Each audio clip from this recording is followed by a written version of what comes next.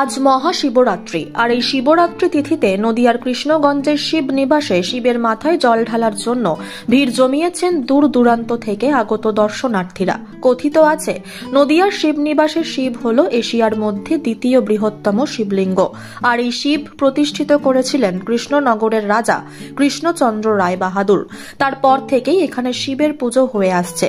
টেরাকোটার মন্দিরে রয়েছে দুটি কোষ্টি পাথরের শিবলিঙ্গ, এছাড়াও রয়েছে রাম সীতা মন্দির। আজ মহাশিবরাত্রির পুণ্যতিথিতে শিবের মাথায় জল ঢেলে নিজের মনের মনস্কামনা জানাচ্ছেন বহু পুণ্যার্থীরা। তবে মন্দিরের সেবায়িত্বের কথায় মহাশিবরাত্রি তিথিতে এই বৃহৎ শিবলিঙ্গের মাথায় জল ঢালেন হাজার হাজার ভক্ত। সারা বছরের তুলনায় ভক্ত ভগবানের মিলন ক্ষেত্রে যেন ভরপুর হয়ে ওঠে কৃষ্ণগঞ্জ বিধানসভার এই তীর্থস্থান। আমি বগুলা থেকে এসেছি এই রাজরাজেশ্বর মন্দিরে পুজো দিতে, যেটা এশিয়ার দ্বিতীয় বৃহত্তম শিবলিঙ্গ, যেখানে আমি ভক্তি শ্রদ্ধা সহকারে তিথি মেনে কিন্তু আমি লাইনে দাঁড়িয়ে আমি কিন্তু বাবার মাথায় জল ঢেলেছি এবং খুব সুন্দরভাবে আমি কিন্তু পুজোটা দিতে পেরেছি এবং খুব খুশি যে আমি আজকের দিনে ভোলা মহেশ্বরের দর্শন পেয়েছি। আপনার নাম? আমার নাম সুচিস্মিতা সরকার। হ্যাঁ বলুন।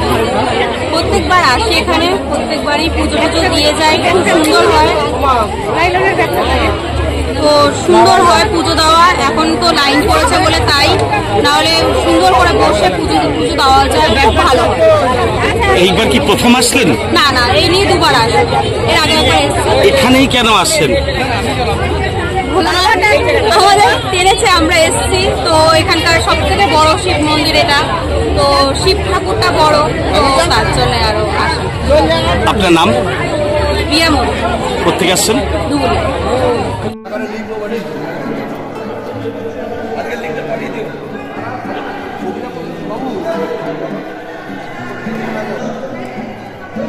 আস্তে আস্তে এগিয়ে চলুন, আস্তে আস্তে